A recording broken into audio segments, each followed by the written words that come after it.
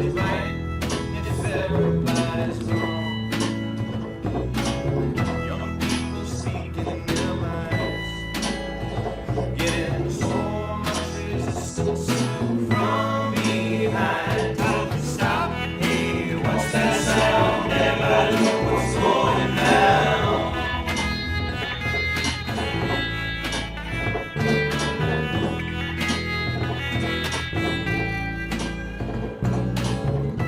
What a field day for the heat. 1,000 people in the streets.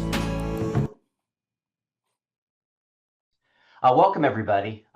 Today, we're going to be taking a look at a philosopher, Spinoza, and his perhaps influence on the Declaration of Independence.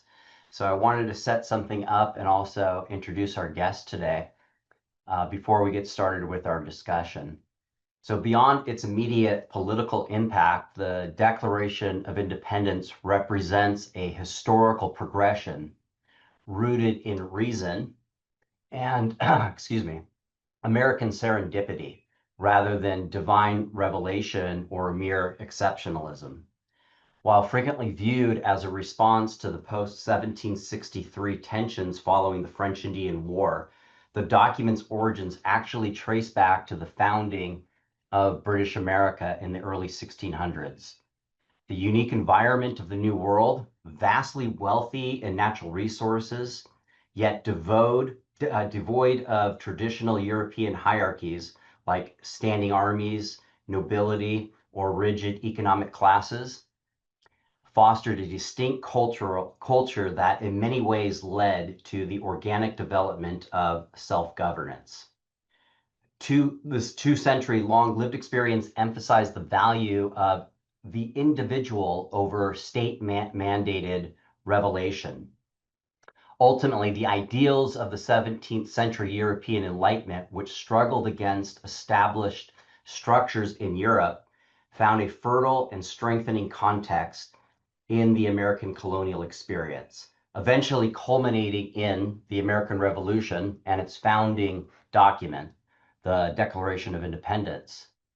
So to illuminate the philosophical weight of the Declaration and its capacity to refine our contemporary social frameworks, I'm joined with Dr. Kevin Jobe of UTRGV.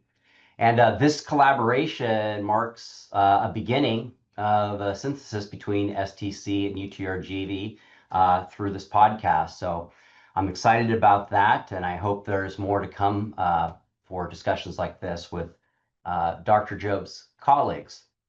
Just to introduce Dr. Jobe briefly, Dr. Jobe, an assistant professor of philosophy at the University of Texas Rio Grande Valley, oversees pre-law concentration in philosophy, where his pedagogy encompasses philosophy of law, legal reasoning, and the intersection of law and religion. A scholar of diverse expertise, Dr. Jobe holds a PhD from Stony Brook University, and the focus of Dr. Jobe's studies have been centered on the subject of our talk today, Baruch Spinoza. And just to let everyone know, my personal grasp of Spinoza is very limited, and so that's why I'm bringing in Kevin today. And what I'd like to say before I turn it over to Kevin is Spinoza, and most of what I know about Spinoza is second. Actually, all of what I know about Spinoza comes from secondhand accounts of Spinoza, and it's quite intuitive, almost self-evident. But when I go to try to explain it to somebody else, I was doing this, trying to pitch this talk to my students, and trying to explain Spinoza, and my words fell short. He's a very important thinker, so I think it does require somebody who's given it some very careful thought, especially connecting it to the American Revolution, which is not necessarily somebody that comes to mind when we think of the American Revolution. So it's truly a pleasure to welcome you, Kevin. To begin our discussion, I would appreciate for us starting is basically maybe giving us a brief overview of who this guy was and what was he all about, and then we can go from there. Yeah, sure. It's a wonderful introduction. Thank you, Dr. Kennedy. Oh, Thank you for Mister. Yeah, I didn't go in enough debt. I'm just a Mister. that's good enough. We're all at the basic level. We're all Mr. and Mrs., right? Yeah. But yeah. Well, thanks for that introduction, Sean, and thanks for everyone for joining. Um, yeah, so let me just talk a little bit about Spinoza, the person himself, and then maybe dive into some of the arguments of Matthew Stewart's book, which has a lot to say about this topic. Oh, by the way, thank you for turning me on to that book. That was a fascinating read. Just wonderful. Yeah, Yeah, it's excuse a me. really good. I really like this book. It's got a lot of positive feedback. It was published back in 2014, so it's had some time on the market to get a lot of commentary. So there's positive things said about it, and it's received a lot of criticism too. So we can get into that Okay. as well. But it's a great read. It's really good. He's written a couple of other books on modern philosophy. Matthew Stewart has the Courier and the Heretic. He's written another book that's really popular. So I encourage people to check it out if they and we can get into some of his other work as well. Sure. Um, so a little bit about Spinoza. Yeah, so Spinoza was born in the early modern Dutch Republic in Holland, and I think the most interesting fact that I like to start with Spinoza is that he was born. His family was from Spain, and he was because of an edict uh, that was issued. His family was the edict was um, essentially said that all Jews either had to be expelled or convert to Catholicism. And this was an edict that was issued in Spain. And so his family fled from Spain to Portugal um, as part of that diaspora into Portugal. And then very shortly after that, there was another edict issued by the King of Portugal that essentially said the same thing, that all Jews had to leave Portugal or convert to Catholicism. And so I think just to begin with, Spinoza's family was a product of um, a product of the Jewish diaspora from Spain to Portugal, and then from Portugal, his family moved to eventually to Amsterdam, and that's where Spinoza spent most of his life writing most of his major treatises that we know of today, which is the theological political treatise, and then of course the ethics. His major work is the ethics. Um, so Spinoza himself was the product of the Jewish diaspora, and also a large part of his Spinoza's thinking cannot be separated. Spinoza's thought can never be separated from his engagement with two major religious communities. The first, of course, which is his own um, Jewish upbringing, but also in relation to Catholicism and the Spanish Inquisition, the Portuguese Spanish Inquisition. So I think the most important aspect, just to begin this whole conversation with contextually and historically, is the fact that Spinoza is writing in the wake of and in the shadow of the Spanish and Portuguese Inquisition in that historical context. So I think that fact alone makes a lot of sense of what I'm about to say, and a lot of what Spinoza is writing about in response to that is the Spanish Inquisition and the expulsion of thousands and thousands of Jewish refugees from first Spain to Portugal, and then Jewish refugees from Portugal from elsewhere to all over Europe, um, not just to Amsterdam and Holland, but all over Eastern and eventually Western Europe. So Spinoza is writing in the wake of a vast expulsion of the Jewish population from in Europe at the time of the Spanish Portuguese Inquisition. So I think that's where this whole conversation probably should start, is just in that historical context of in terms of Spinoza's views on God, right? This is where a lot of the debate lies, and hopefully maybe we can get some conversation with other people too. Is So after you start with the idea that Spinoza is writing within the context of this very contentious debate over particularly in the Dutch Republic. So we're in the 17th century. Spinoza is writing along beginning in the 1640s all the way to his death in the 1670s. He's writing in that context of the Dutch Republic, in which there are really fierce debates going on around the nature of religion in the Dutch Republic. And so Spinoza is thinking about a couple of things. Number one, Spinoza is very much aware of, again, because of his family, was expelled by and because of the Spanish Inquisition. Spinoza is very much thinking about different ways of thinking about God. And what Spinoza is beginning to play around with in the treatise on the imitation of the intellect, or what's called the short treatise, is his first major sort of philosophical work. It's the treatise on the imitation of the intellect. Spinoza wants to completely reinvent the modern conception of the transcendent providential God.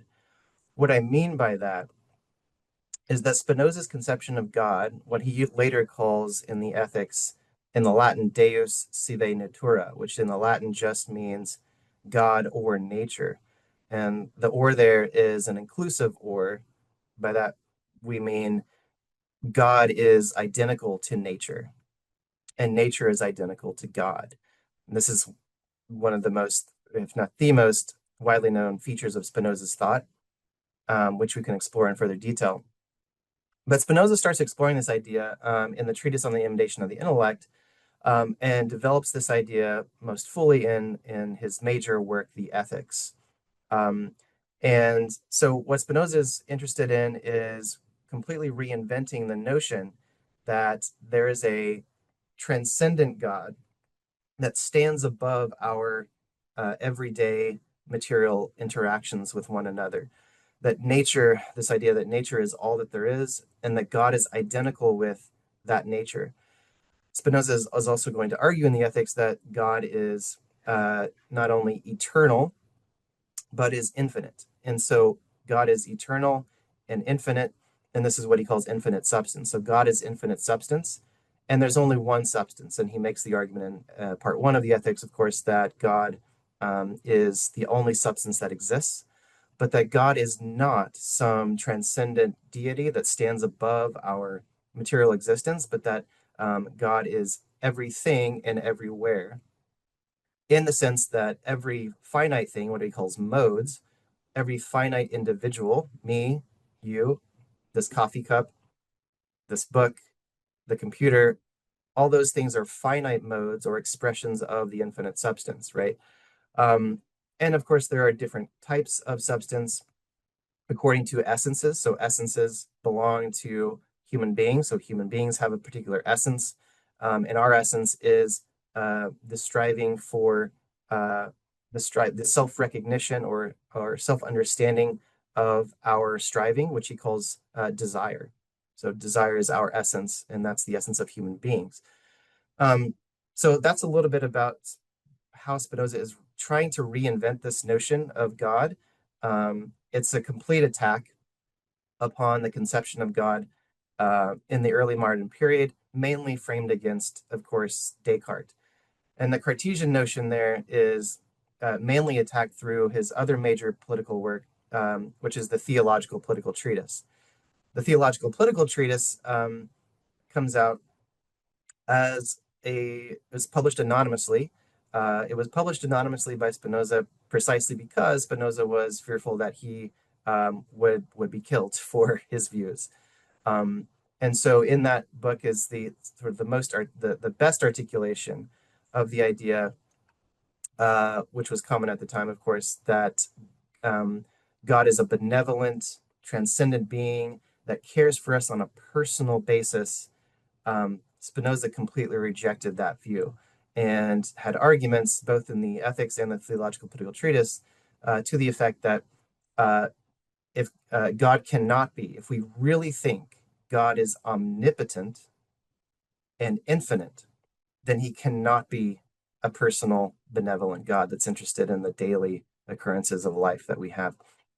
And so this is what Spinoza's project basically is completely reinventing the concept of God as it's normally received, particularly in the Christian and Judeo-Christian, and of course in the tradition of Islam too, the major monotheistic world religions, which hold that there is a transcendent God.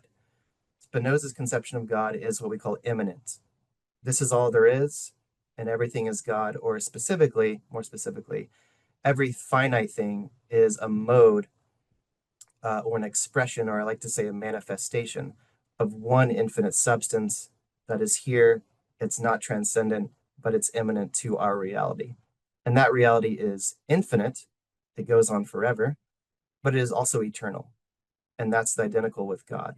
But there is nothing above or beyond this existence, this reality for Spinoza. So that idea, of course, is very radical in the 17th century Dutch Republic, and it continues to be radical to some extent today. There's a lot of people that argue that Spinoza, that this conception is just atheism, right? So there's actually some Spinoza scholars, Stephen Nadler is one, who continues to argue that this is basically just atheism, and that we should read Spinoza as straightforwardly an atheist. That sort of brings us to Matthew Stewart's book. So Stewart's book, Nature is God, is really interesting for a couple of reasons. So what Stewart sort of argues is that Stewart sort of follows Nadler here, and Stewart basically says that Spinoza's view is we should read Spinoza's view on God as an atheist, that Spinoza is an atheist. And what he says there is that, yes, Spinoza is sort of a version of pantheism, pantheism being just the idea that pan from the Latin just meaning all. So pantheist from the Latin just means that all things are God. Technically speaking, that's more or less correct. But then he says, this is in Matthew Stewart's book, Nature is God. Stewart tries to make the argument that that pantheism is just another name for atheism. And that's where I have a lot of disagreements about Stewart's book, and we can talk about those. But Stewart makes a lot of arguments, but the main argument that he makes in the book with respect to the American Republic is he tries to argue, Matthew Stewart does, that, and he makes this claim at the beginning on page 3, and then he develops this in chapters 1, 2, and 3.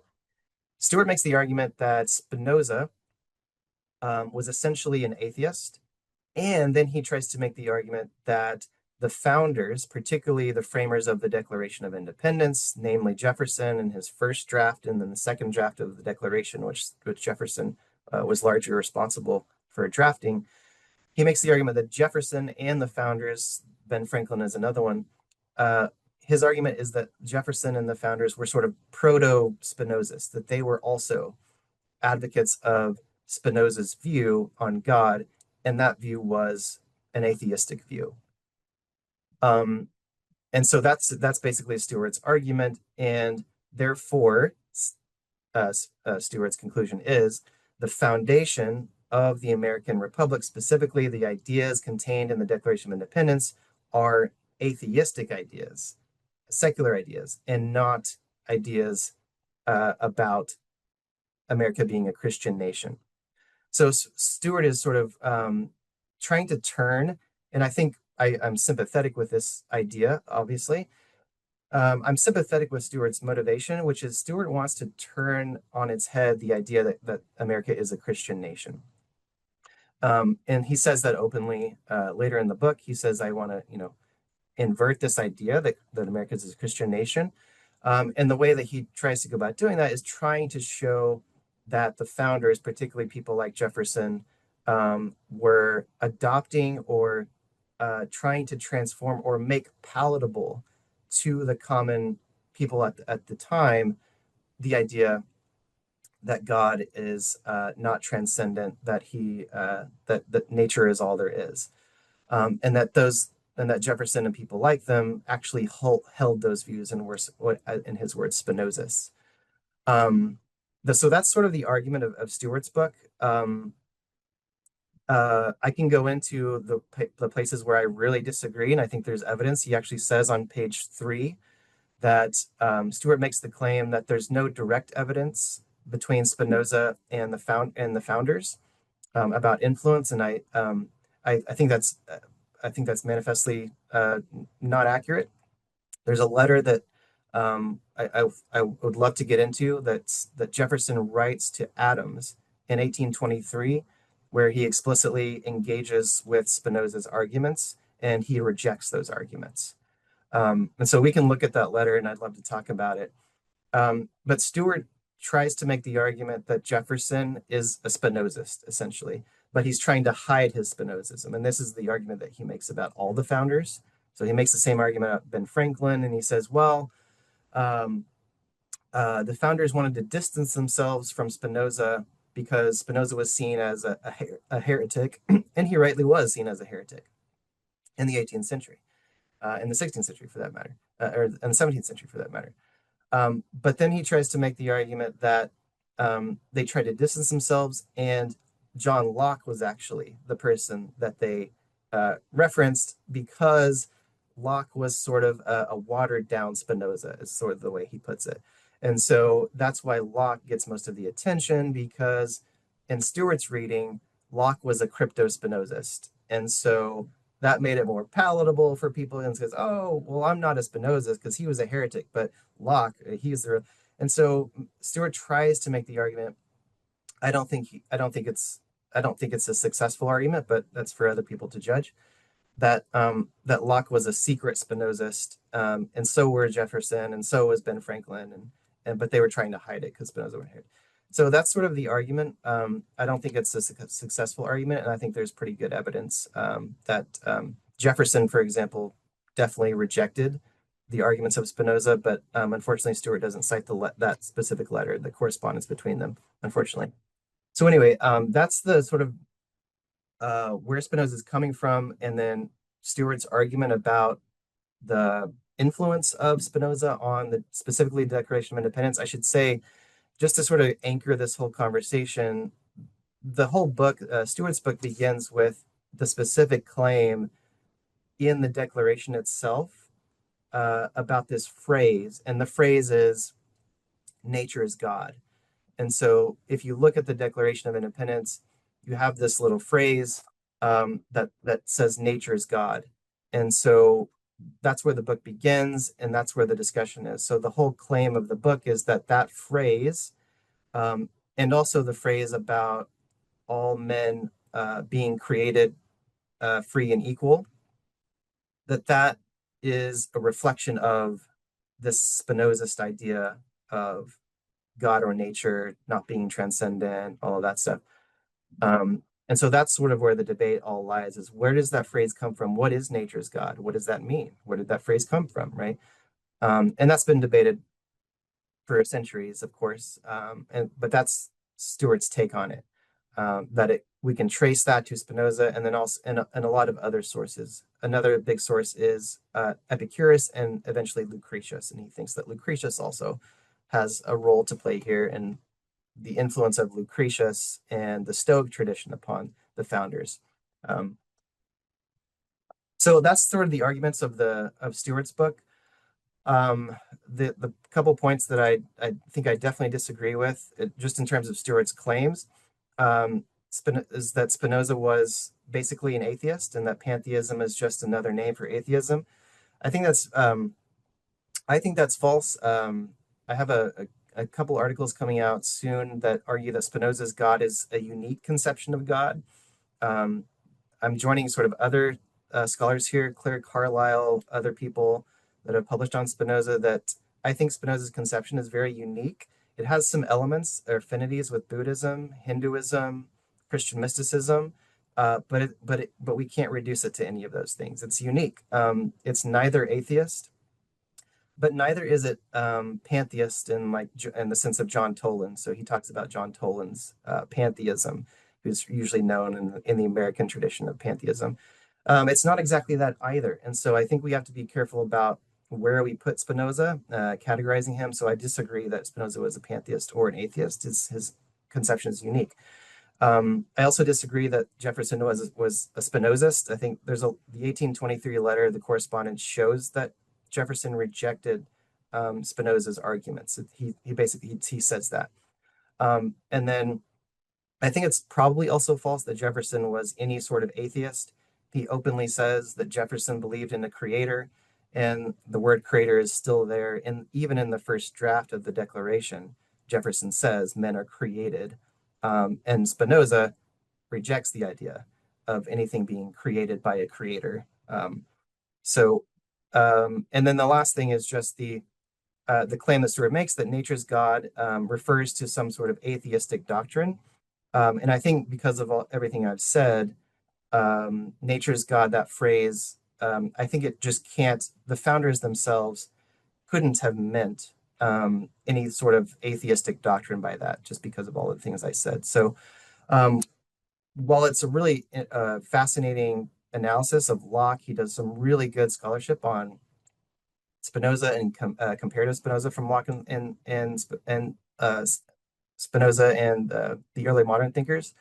I think his claims about religion and Spinoza are not completely borne out. So um, that's sort of my take on Stewart.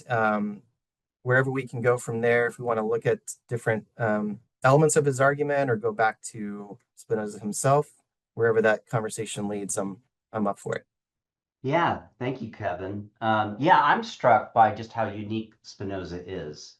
And I think before we get into any kind of discussion on the connections of the Declaration of Independence, or maybe even just the symbol of the Declaration of Independence, writ large, the American Revolution, and Spinoza's role in that, I'm just curious to the degree of uniqueness. From your understanding, where is Spinoza drawing these ideas in the context of 17th century Europe? It just seems just out of this world. It definitely is parallel to things like Taoism, Buddhism, um, my relationship with Eastern Orthodox Christianity. I see a lot of that in Spinoza. So I'm just wondering, what was he drawing this unique take on God and man's role and its relationship with God as just being just a manifestation and a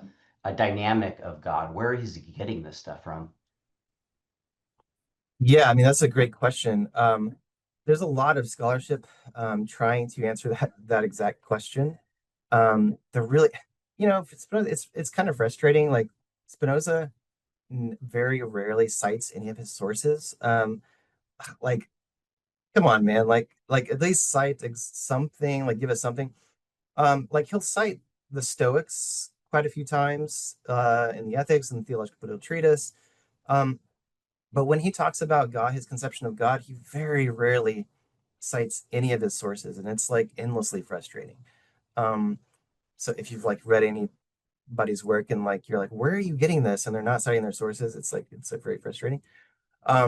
So that's true of Spinoza. However, there are some very specific places where we think Spinoza is getting this. So, like for example, Jonathan Israel is one of the probably the best biographer of Spinoza. He wrote literally a 1200 page biography of Spinoza. He's sort of the one of the authorities on Spinoza, his life. He's a trained historian, by the way, Jonathan Israel. He's written several books on the Enlightenment, and then he wrote this one biography. It's the whole book is about Spinoza, and it's 1,200 pages, so he's kind of the authority here.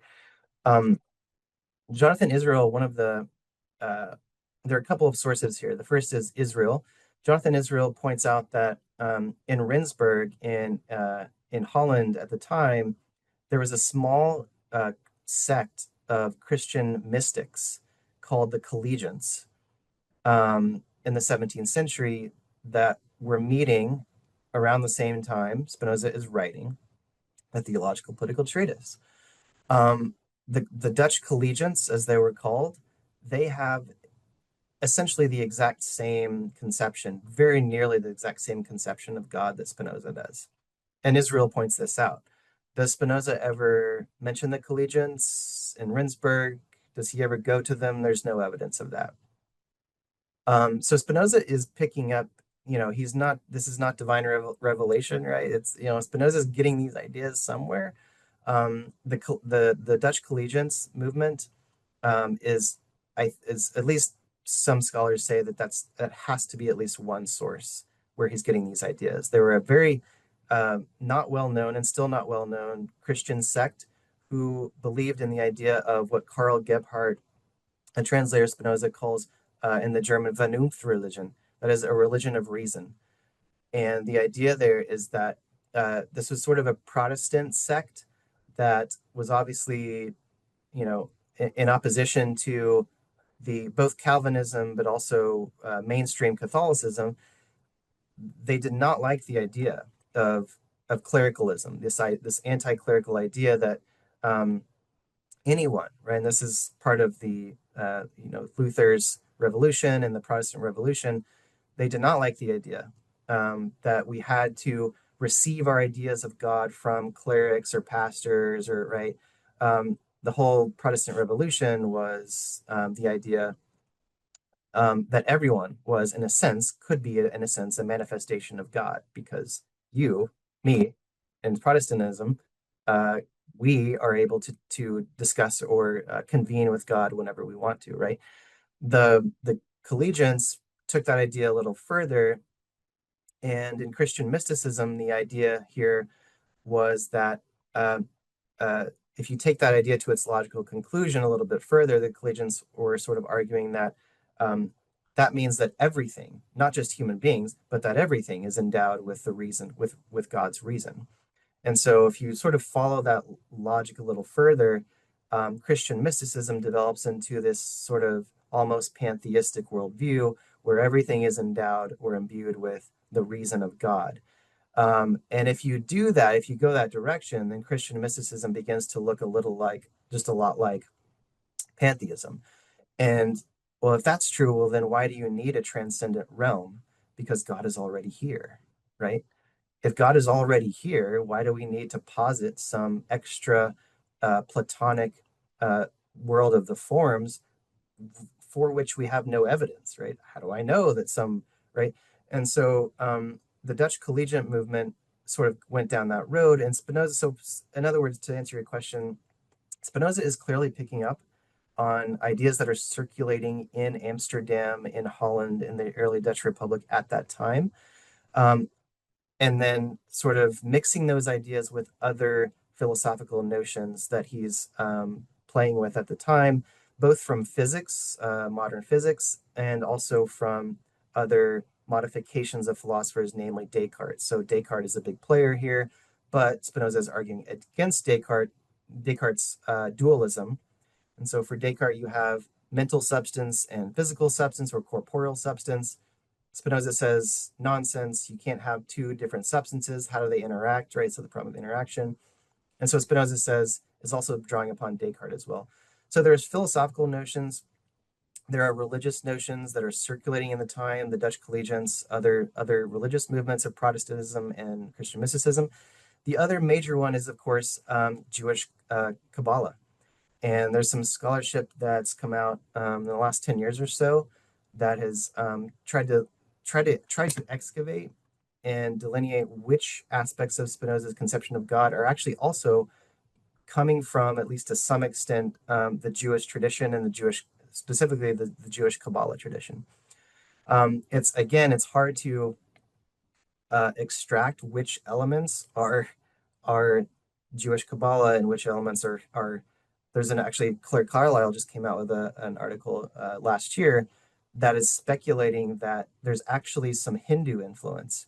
There's no direct evidence of this, but Claire Carlisle, who also has a book on Spinoza's God, a wonderful book about Spinoza, his conception of God, she actually argues that there's a plausible claim for Hindu influence in Spinoza.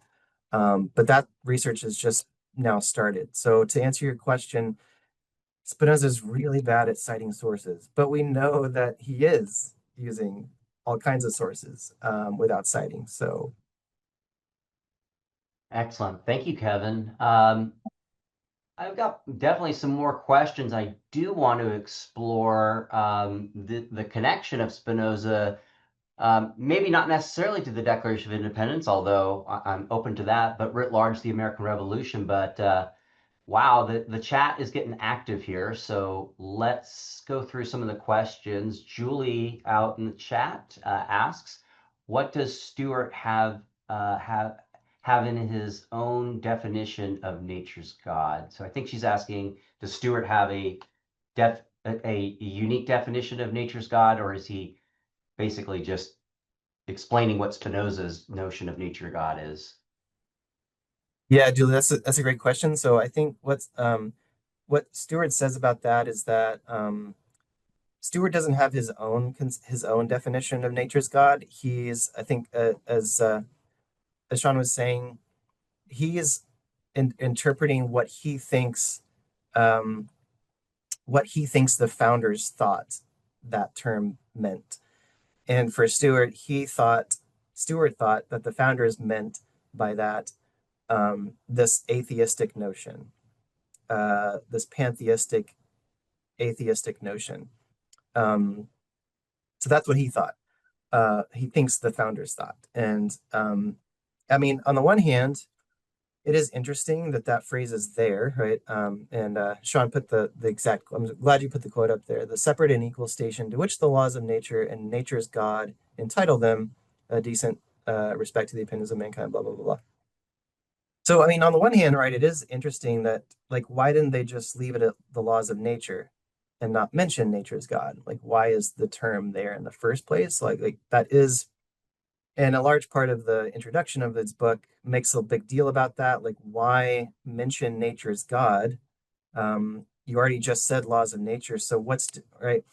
Um, so on that, it is interesting. On the other hand, his interpretation of what he thought the founders meant by that, I think, goes way too far. I think that there's clear evidence that, for example, Jefferson, who he writes a lot about, and a lot of the argument depends upon his interpretation of Jefferson. There's clear, unequivocal evidence that Jefferson did not agree with Spinoza and rejected Spinoza's. He Jefferson rejected the idea of immanence, God's immanence. Jefferson clearly thought that God was transcendent, benevolent. That's a huge point of disagreement that I think Stewart just completely ignores. Spinoza did not think that there was a benevolent, transcendent God that's interested in our personal lives. Jefferson did. Jefferson even held on to that. Even his views, even though his views were most radical on who God was and the figure of Jesus, nevertheless, Jefferson still believed that there was a creator that cared for us in a benevolent sort of way. Spinoza rejected that idea. So that's a good question. I think so. Stewart doesn't have his own definition. I think he's trying to he's making the best case he can for what he thought that the founders meant by that. So Yeah, thank you. Haley's asking, do you think Spinoza rejected traditional religion or reinterpreted it? wow, that's a great question. Do I think Spinoza rejected traditional religion or reinterpreted it? Yeah, so I would definitely say Spinoza reinterpreted traditional religion. Absolutely. He An reinterpreted. understatement. That's a vast. I think it's an understatement.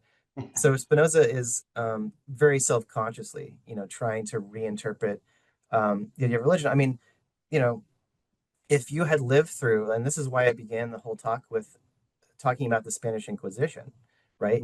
If your whole family, his history was defined by a expulsion, the diaspora of Jews from your homeland in Spain, thousands of families which didn't take any of their possessions were expelled from their homes into Portugal, and then 10 years later, the King of Portugal did the exact same thing. You have to move again. Um, Massive persecution, particularly in Spain, of the Jewish population in the context of the Inquisition. This was all done, of course, in the name of Catholicism and in the name of traditional religion, of the traditional God, right? So, this is sort of an old story about the Inquisition. and the thumb, the big thumb or the boot of Catholicism, but it really does speak to how Spinoza is thinking about how do we get away from the dogma of religion, not just Catholicism, but the dogma of any religion, right? The dogma of Jewish orthodoxy, the dogma of Catholic orthodoxy, right? Spinoza hated orthodoxy because he thought that orthodoxy was a conduit for superstition, right? Superstition is, if Spinoza hated anything, it was superstition, belief in ideas just because someone told you something and you believe it, right?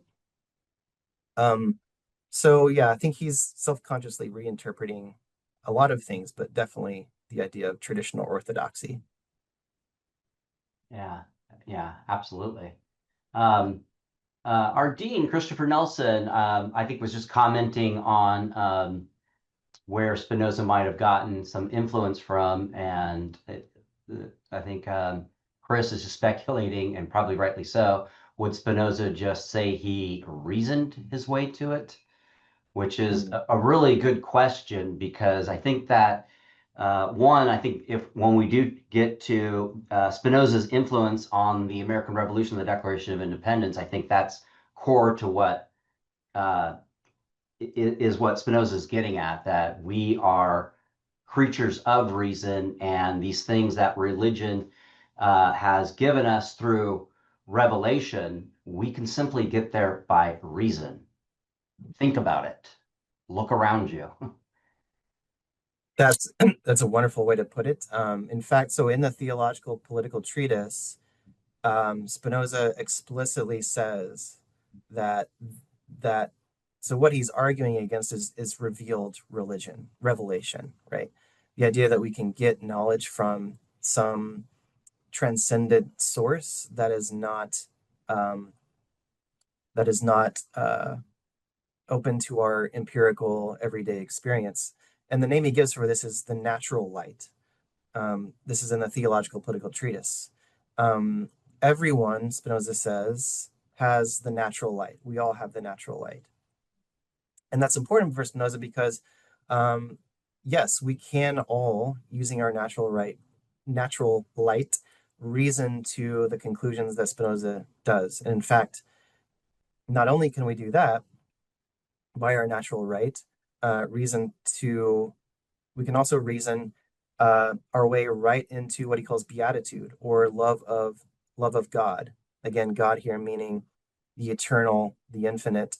And in fact, Spinoza argues at the end of the Ethics that if we do that, if we operate according to reason, according to natural light, we don't need revealed religion, because that doesn't exist. But we can, using our natural light, our reason, understand the infinite, eternal nature of the fabric of the universe. And that understanding will also lead us to what he calls the intellectual love of God, or beatitude. And that is the understanding. Some people might not know this, but at the end of the Ethics, Spinoza argues that understanding, using our natural light, leads us to the realization that we do have an eternal part of us. Spinoza argues that part of our mind, the human mind, is eternal. This is in part 5, somewhat part 4 of the Ethics. You might say, well, wait a minute. Didn't you just say that Spinoza rejects the idea of traditional religion and God? Spinoza has an argument at the end of the Ethics that if we follow our natural light, we understand that, in fact, because there is only one substance, because that substance is eternal and infinite, it logically follows that self-consciousness of our own finiteness as a part of the infinite and eternal nature is simply just self-consciousness that we are eternal, right? If everything is eternal and infinite, and there's only one substance, and we're a finite expression of that substance, then self-understanding is just coming to the realization through reason, through our natural light, that we are eternal. Now, not all parts of us are eternal. Like obviously my body is going to pass away, and right, the material stuff. But there's part of my mind, according to Spinoza, that is eternal. Because if what Spinoza is saying is true, then we are also part of nature, and therefore nature is eternal, and therefore we are eternal. So that's a great question. And Spinoza thinks we can reason our way to this understanding.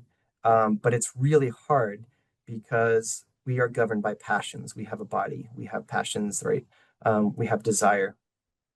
And so that's the struggle. The struggle is attempting to use our reason, our natural light, while not getting distracted or tricked or by superstition, by passions, by religious orthodoxy trying to tell us that we need to do these things in order to get to heaven. And so weird, right? And so it's really difficult. And Spinoza struggles with this reason and passion. It's very Platonic in one sense. But that's the way he does think that we can reason our way to it.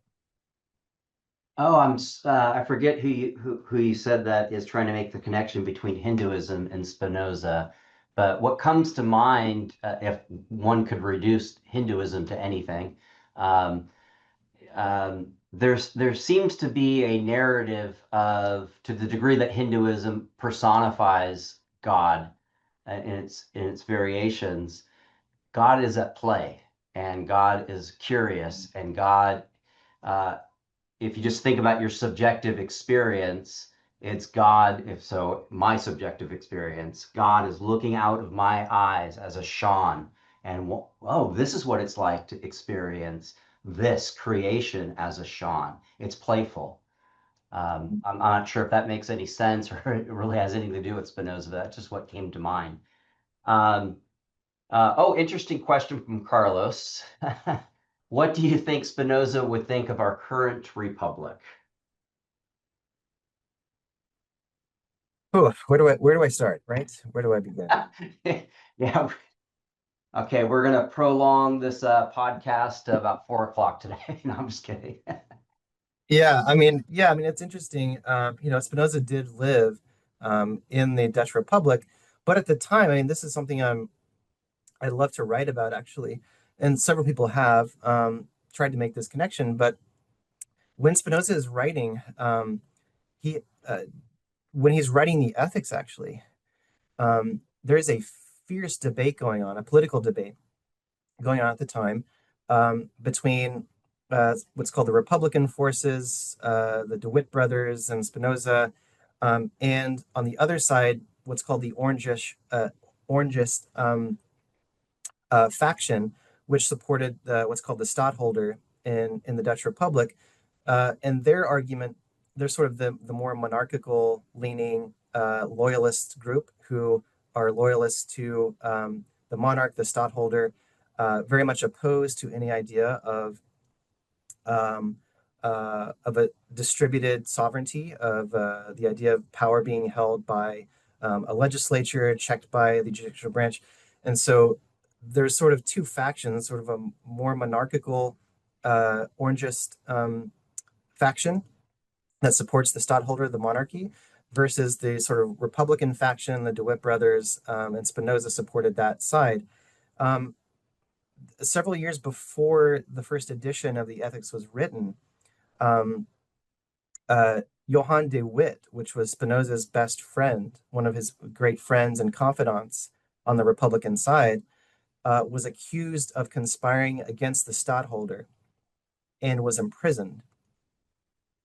The night before, several nights before his trial, an Orangist mob shows up to the prison, drags DeWitt out of the prison, drags him into the public square, uh, nails him up to a post, and dismembers him publicly in the public town square. Why? Because he supported Republican forms of government and he opposed the monarchy. The reason we know about this is because actually Leibniz writes about this in one of his letters, and this is widely known. Spinoza finds out about this and, of course, is horrified. Spinoza is so horrified by this which is, by the way, one of the reasons why he ends up publishing the ethics and the theological political treatise anonymously. He's so horrified by this that he, as one of his biographers later notes, he wrote a little memo, and he wanted to bring this memo and place it on the site of where his friend was executed and dismembered. And the memo said something to the effect of ultimate barbarity or ultimate barbarians, ultimo barbarum in the Latin, which indicated his disgust with the idea that the mob should be able to be whipped up by monarchical forces to take out democratic discussion and debate, and to murder people in the streets with impunity in support of monarchical kingly power. Now, if you can't see the connections between some of that and what we're dealing now, I think there's some interesting connections there, right? On the one hand, you have this debate, which it's a debate which we've been waging since the Enlightenment, which is the debate between monarchical power and republican forms of government. The idea here, the debate, right, is who controls sovereignty? Who is the sovereign? If you read Hobbes, right, Hobbes doesn't really care who holds sovereignty. He just cares that there is sovereignty, right? So Hobbes says, like, if it's the people who makes the decision, that's fine. But if it's also a monarch or a king or queen, that's cool too, right? So like Hobbes doesn't care who makes the decision of sovereignty. He just cares that there is. When you get to Montesquieu, Spinoza, some of the more Republican traditions, Republican political theory, they do care, right? Kant as well. They do care who holds sovereignty. And they say, well, sure, you could have a monarchical government that holds sovereignty. Congratulations, you have sovereignty, but it's not going to be a free state, right? And this is what Spinoza says.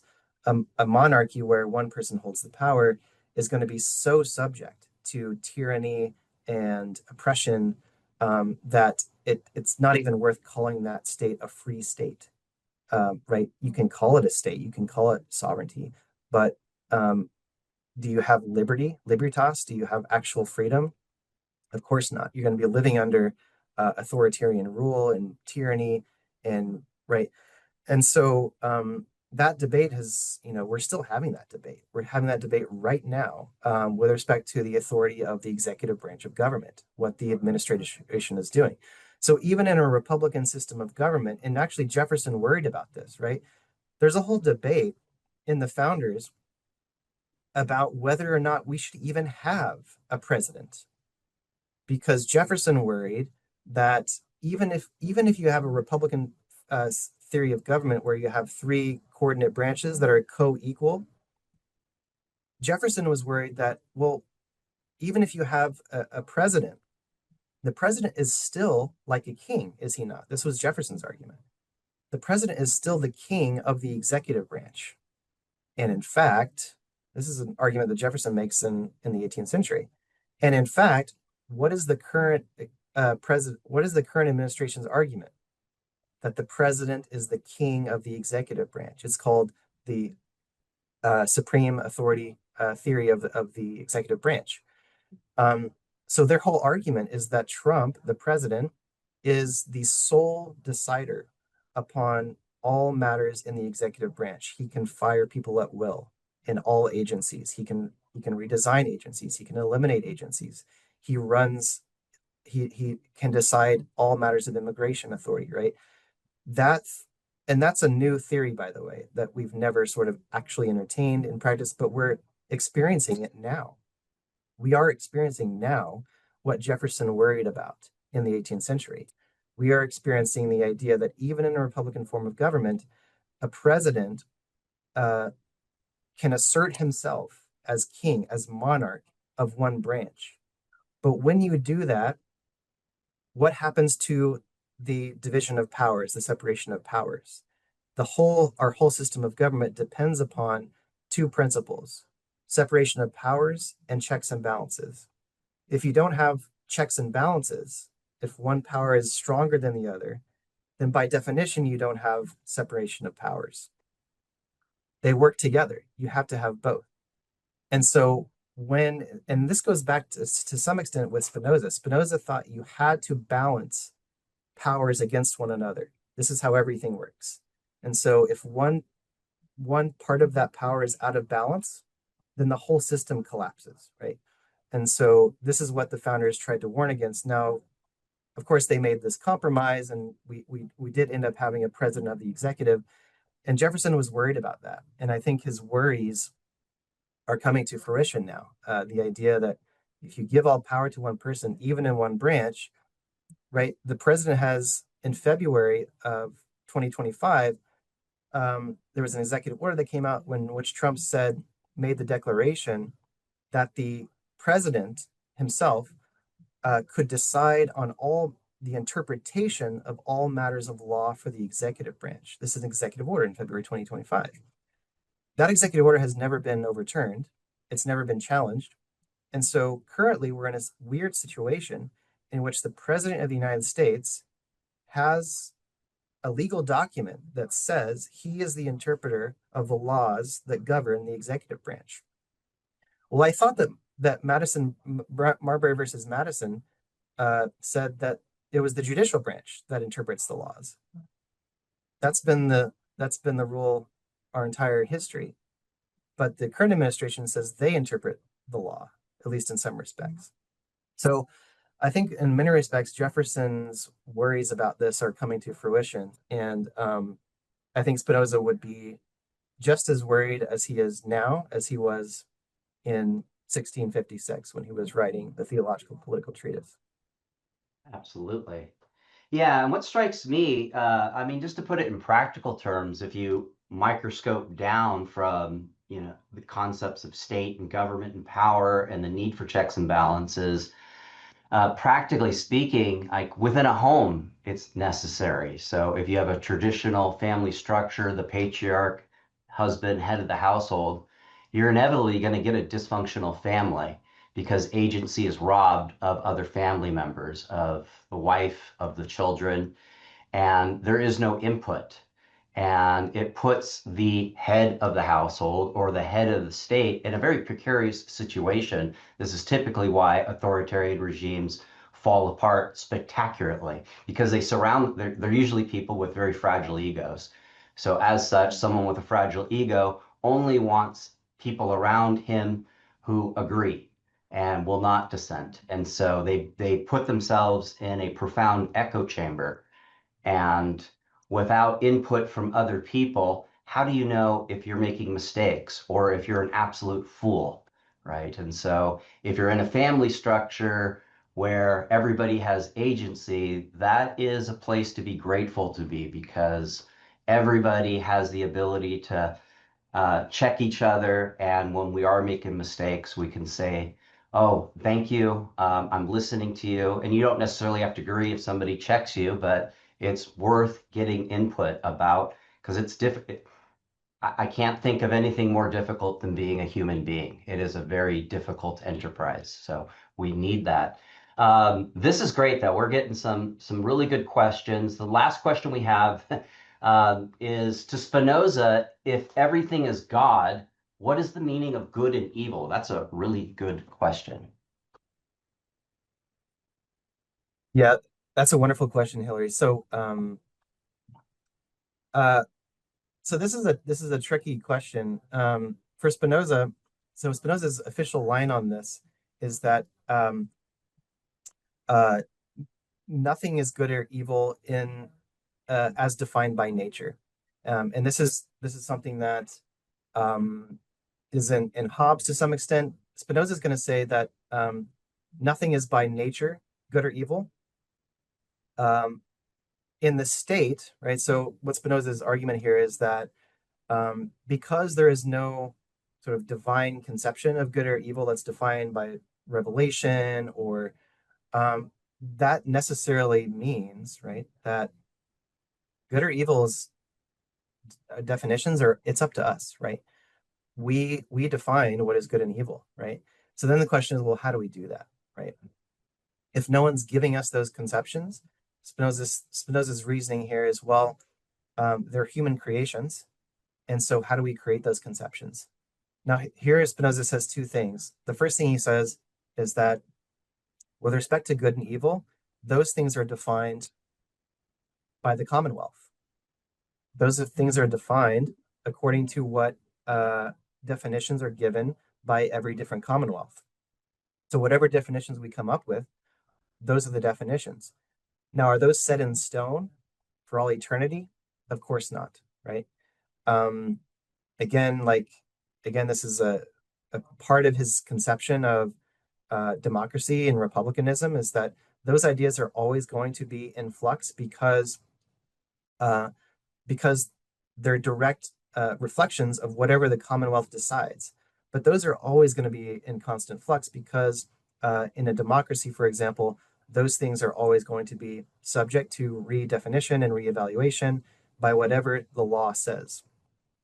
And so now, on the other hand, he also says that the definitions of what we mean by good and evil are also a product of what is most useful or advantageous to the common power, to our collective power.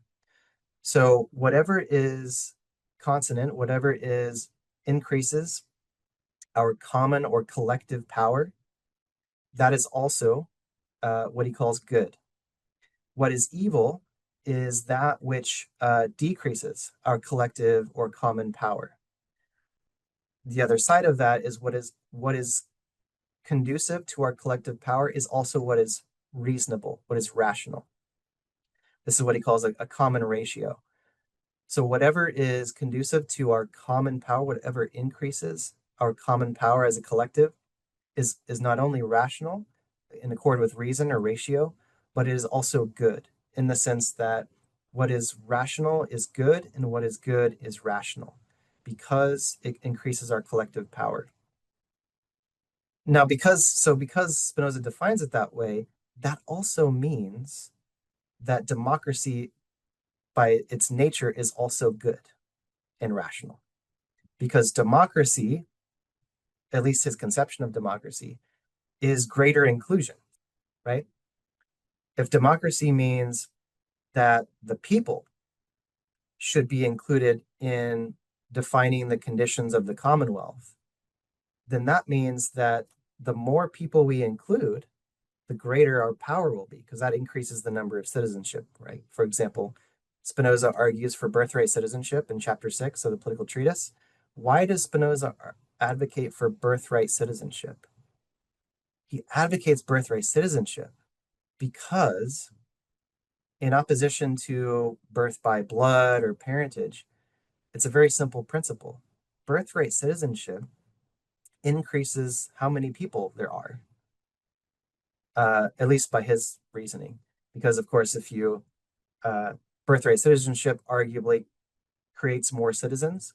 If you can just come here by birth and you're automatically a citizen just by being born in the territory, that's a pretty way to become a citizen. But what does that do? That increases the amount of people we have. And that by nature increases our collective power. There's more of us. We can do more things together than we can by ourselves, isolated. And so that's good. And it's also rational. And so if democracy is defined as inclusion of more of the multitude, what he calls the multitude, then that means that democracy is both rational and good. So that's sort of his definition of good and evil. Yeah, that's a great question though. Is this also something that would include Jefferson's rejection of Spinoza? I mean, of all of the founding fathers, the framers, I think Jefferson is the most sympathetic to democracy, but he was hesitant within the current context of his time. This is why he was a great advocate for public education. But he, like the rest of the founders, were terrified of mob rule. Both practically and then self-interestedly, because one of the things that they recognize, sometimes when you read the Federalist Papers or the private letters of these guys, it almost reads as inverted Marxism, right? Um, and so, yeah, if democracy is good and rational, I could see if Jefferson was directly exposed to Spinoza's writings, he's going to be thinking, at least within the context of his time, uh, at the very least, we're not ready for this yet. Yeah. Yeah. No, I think that's right on. I think, yes, Jefferson, I think in particular, had to sort of walk that careful line because he did not think, um, he didn't go nearly as far as Spinoza is going here. Because, Jefferson did, um, believe in benevolence, as a principle that not only God, right? How do we know what's benevolent? Well, Jefferson thought, well, we had to look to God, right? We had to read, the writings of Jesus, for example. Jesus was, of course, like the central figure for Jefferson because everything for Jefferson went back to Jesus, right? The life of Jesus and his interpretation of Jesus, right? Um, and so, how do we know what's benevolent and what's not? Well, for Jefferson, it goes back to the life of Jesus. And that defines what is good and evil. We have to look to those scriptures and those. And by the way, Jefferson, why those scriptures? Well, we can't look at the writings of Muhammad, by the way, for Jefferson, right? We cannot look at Buddhism or Islam. We have to look to Jesus. This is what Jefferson said, right? So, in other words, Jefferson's selection of what is good and the sources of what we mean by good are very selective, right? Whereas Spinoza is saying, what Spinoza says is, well, why are you choosing Jesus as the figure, right? That seems a little selective, um, right? If Jesus is a manifestation of God, like everything else, then doesn't it make sense to look at all potential sources and then evaluate those sources according to our natural light? So every source gets the same standard, right? So Spinoza is sort of operating on a higher sort of criteria of reason, sort of back to this question about what Spinoza do we reason through things for Spinoza? And that's the way. And in fact, I think Jefferson himself is conflicted here too, because Jefferson says some of the same things about this idea of looking at scripture through natural reason. Jefferson says, by the way, Jefferson doesn't believe in divine miracles, right? Jefferson is also, he says that he's a materialist. Jefferson does. And so I think Jefferson himself was conflicted because, on the one hand, Jefferson wanted to give the impression that he was a materialist. He didn't believe in all of these crazy stories about miracles, but he also believed in Jesus and just Jesus, like not Muhammad and not, right? Which is a little odd, right? Because, like, why would you believe in just the writings of Jesus, but reject the writings of Muhammad or Buddhism or Hinduism? So I think there's a lot of contradictions in Jefferson, but you're right that he definitely did reject Spinoza's more radical view of, like, how do we figure out what's good and evil? Hmm.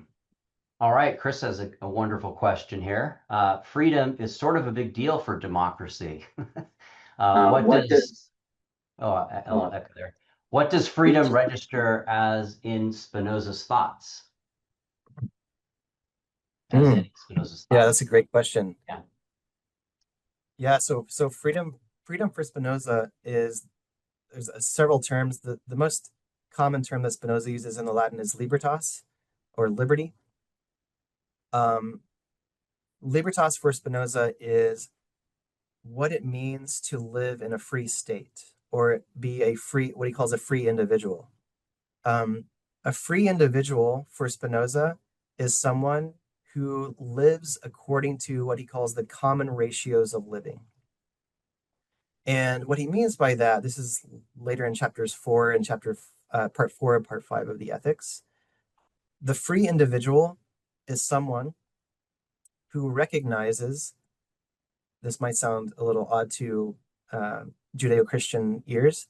The free individual is someone who recognizes the freedom that comes through necessity, the freedom or liberty that comes through recognizing that we are part of the necessary fabric of reality.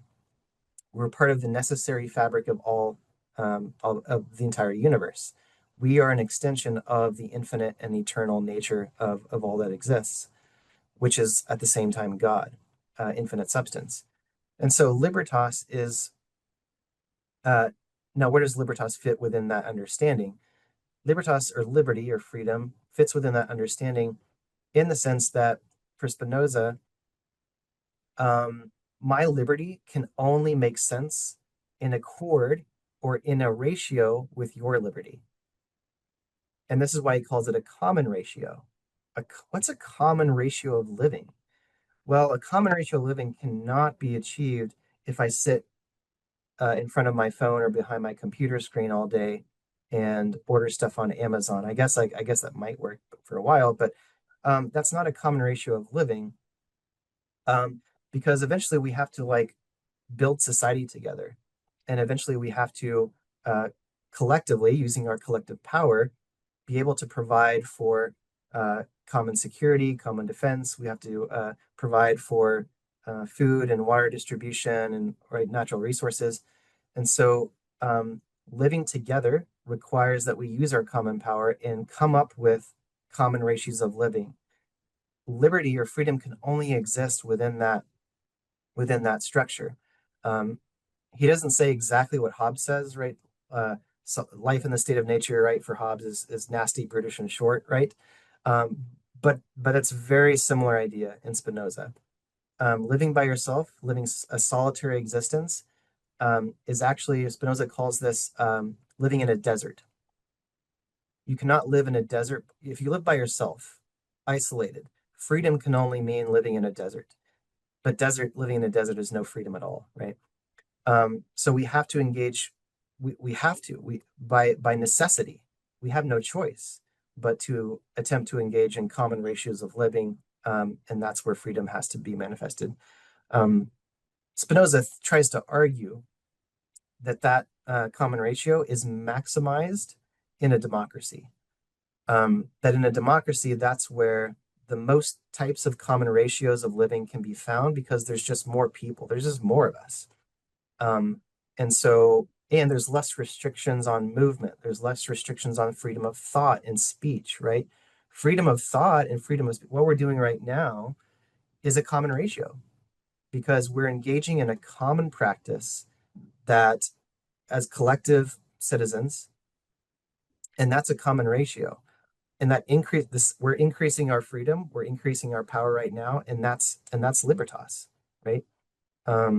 So this is democracy. Like what we're doing right now is democracy, because it's an extension of a common ratio of living together in a political community. Nice. Is this sort of in line of like justice denied to one is justice denied to all? This common refrain you hear in like protest circles and liberation circles? That's a little harder question to answer. So justice denied to one, denied to all. I think that comes from MLK, right? Or maybe is He Gandhi? definitely would have said that. Yeah, I don't know if he invented the phrase, but yeah, it's basic. I think what anyone who says that, MLK, what they're saying is, okay, you have a police force to keep us oppressed people, for example, black people in line, to enforce segregation.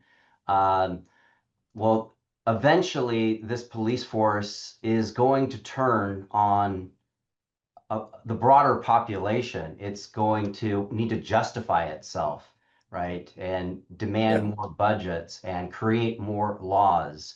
And so, we had segregation, but so we got rid of segregation, but we had this police force. And so following segregation, what do we get? The war on drugs. What does the war on drugs lead to? It leads to the greatest incarceration of the entire planet, right? So per capita, the United States incarcerates more people than any other nation state on the planet, with 2 million plus people languishing in our federal prisons, just the federal prisons alone.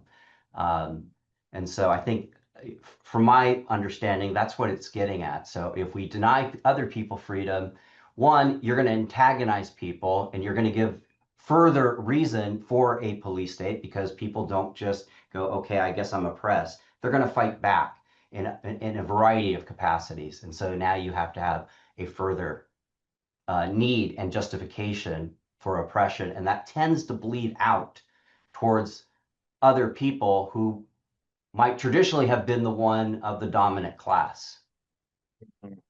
Yeah, no, no, that's exactly right. Yeah.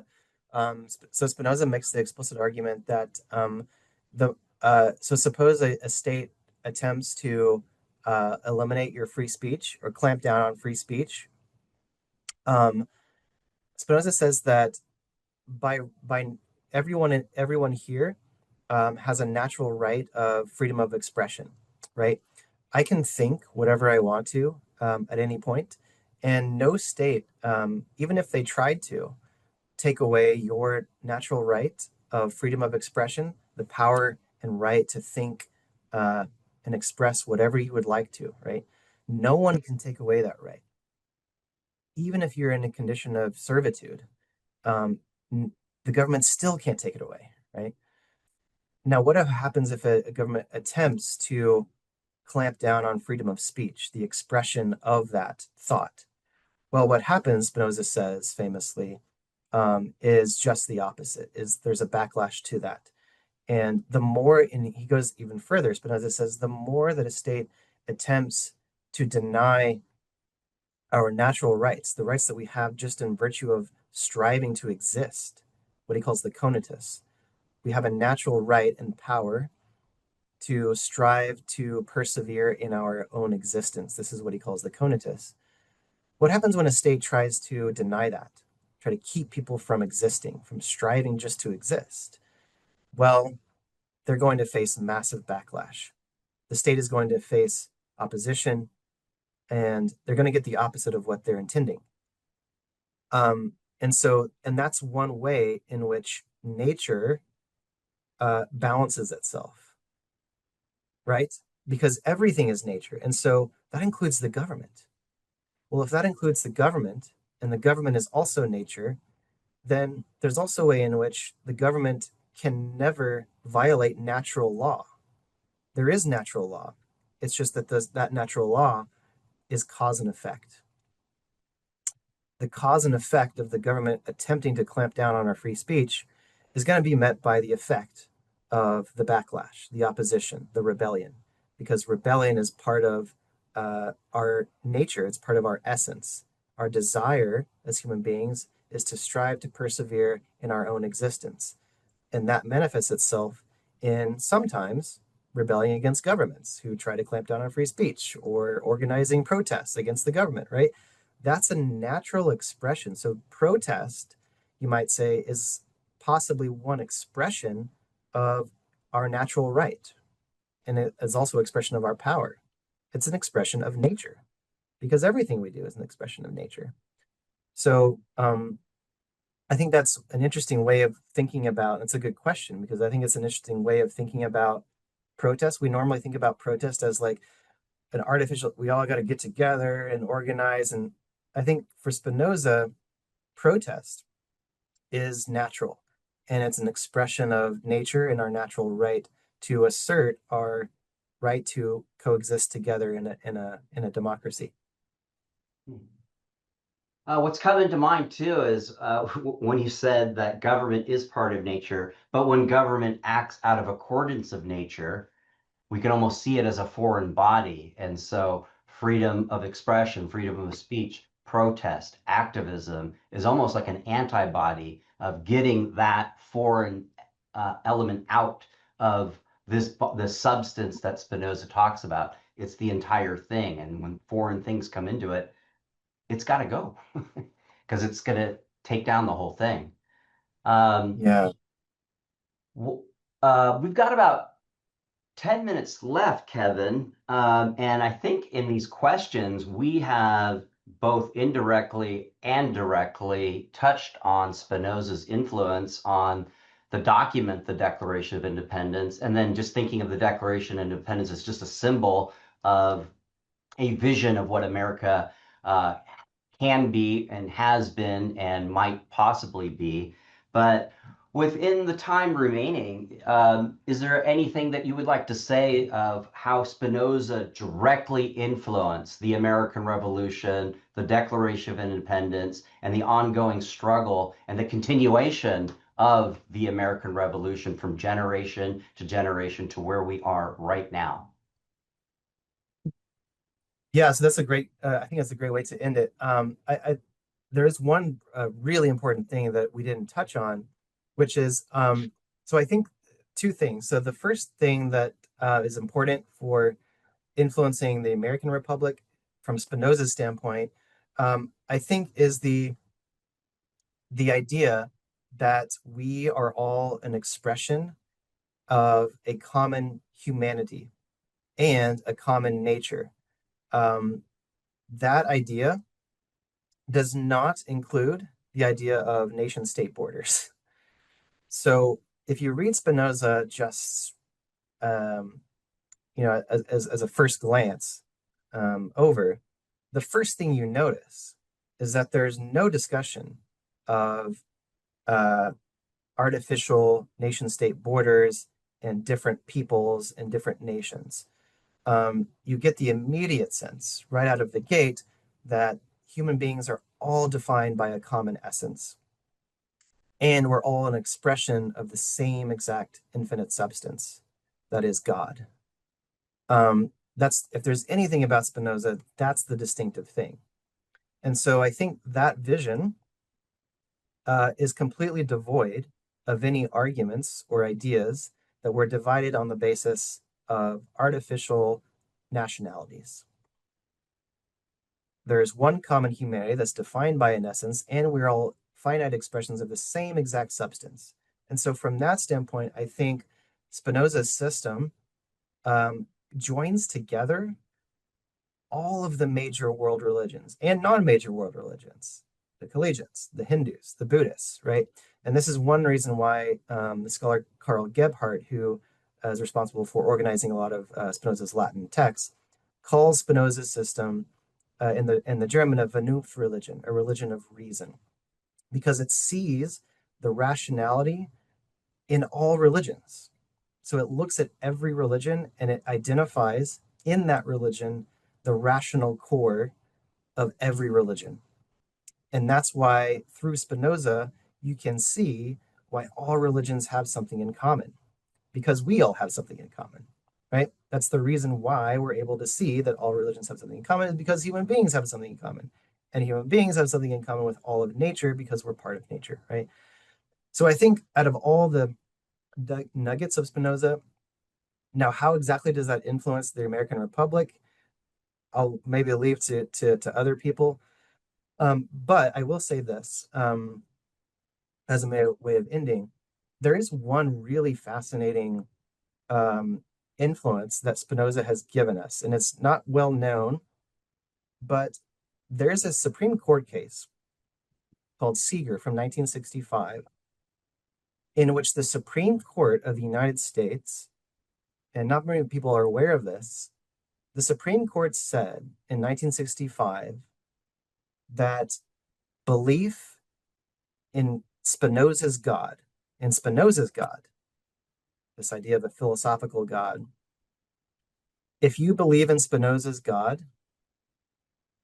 that qualifies you as religious training in a supreme being for the purposes of conscientious objection to military service.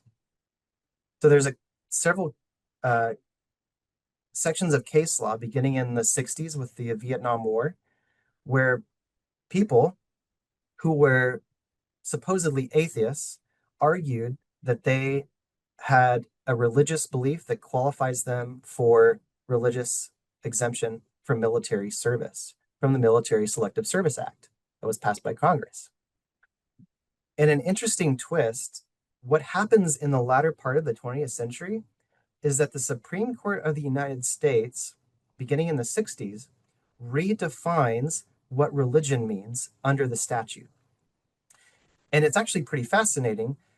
What they said was, if you believe in a supreme being, that supreme being does not have to be a traditional orthodoxy view of God as transcendent and benevolent. What they said was, this is our own Supreme Court. If you believe in a God that is immanent, but that supreme being is responsible for all things being dependent upon it. So it's a relation of dependence. That's enough to qualify you for conscientious objection status for military service. In other words, there was two people.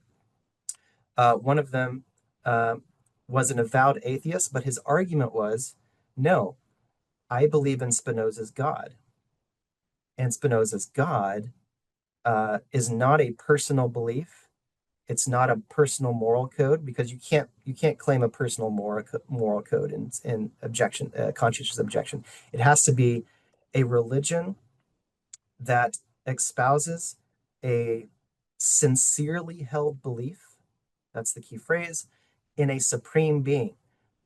But the supreme being, according to the Supreme Court, can be defined as a being which is not necessarily transcendent, but one which is defined as uniting all human beings in a common endeavor.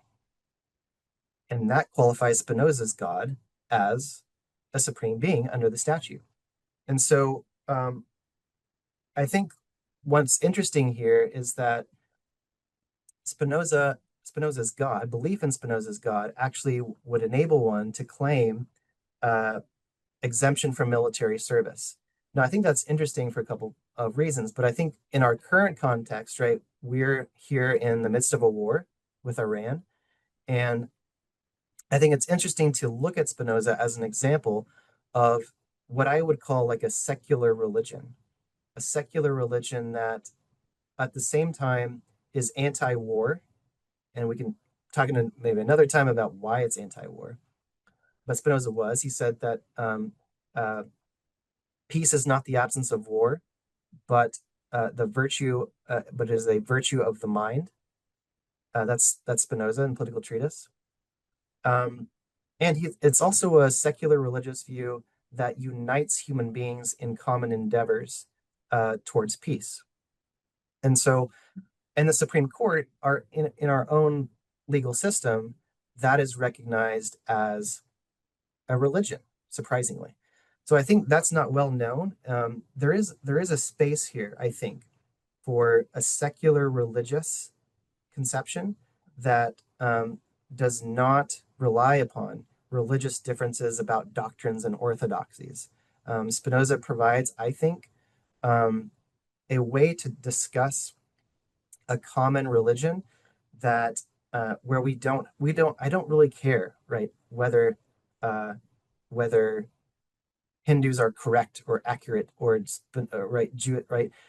What I do care about is agreeing upon common ratios of living, what Spinoza calls common ratios of living, getting together as a common humanity for the purposes of peace and security. So I think if there's any two things that Spinoza gives us, it's, I think, this idea that we're all part of a common humanity and common nature.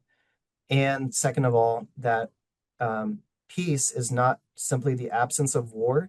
It's a collective project that we conduct collectively in concert with one another, without respect to nationalities, borders. Our immigration status is another one. Those things are artificial and will pass away. The eternal part of us is the part that's in common. And I think that's the most philosophically compelling thing about Spinoza. Beautiful, Kevin. Can you name that case again and perhaps spell it?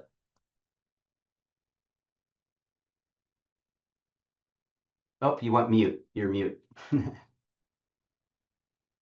Yeah, sure. I was just looking at it a second ago. So the case is called United States v. Seeger. That's 1965. Seeger as Seegere? Correct. United States v. Seeger. That's Seeger. Okay. 1965. Beautiful, And beautiful. that began a series of case law. That's not the only case, but that's the Supreme Court case that provided the precedent for other cases. There was another case in the 1980s in which someone explicitly claimed to be a Spinozist. This is a separate case. And the court said, well, it was a lower court, but the Supreme Court is the law of the land, right? So that Seeger case is so important because that means that if you're an atheist, guess what? There's a possibility of you being qualified to have conscientious objection to military service under the statute. So I think I encourage people to read that and look that up for themselves. Yeah, thank you. Yeah, what came to mind when you're using the term Spinoza's God, when Einstein was asked, "Do you believe in God?" And he said, "I believe in Spinoza's God." And based on our conversation today, I deeply understand what Einstein was getting at. This was a beautiful discussion. Thank you so much, Kevin. Let me Great. Thank you get so much. the sign-in sheet for our dutiful students out there. Where'd my chat box go? Let me click the chat thing. It disappeared. Oops, there it is. Okay. All right.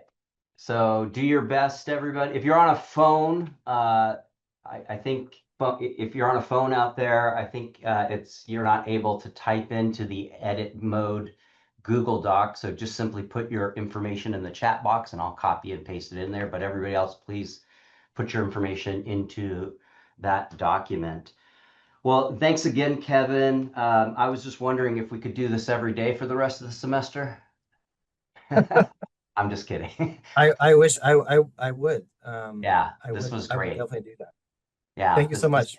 this is wonderful. You have a wonderful rest of the semester, and we will definitely keep in touch. I'll have this process, and I'll send it to you so you have it, so you can share it with whoever you need to share it with.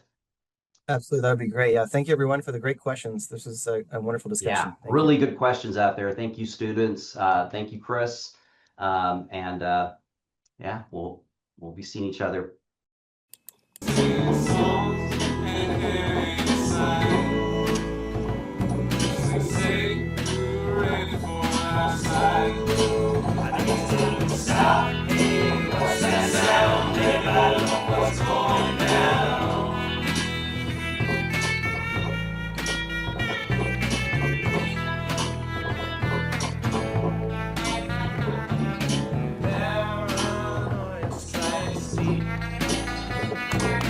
Into your life it will be.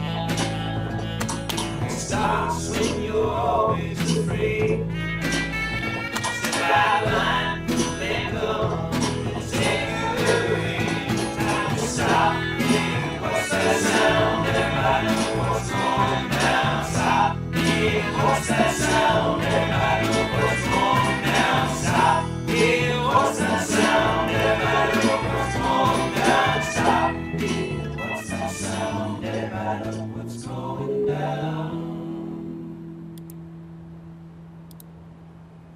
Oh, great. Yeah. That's great.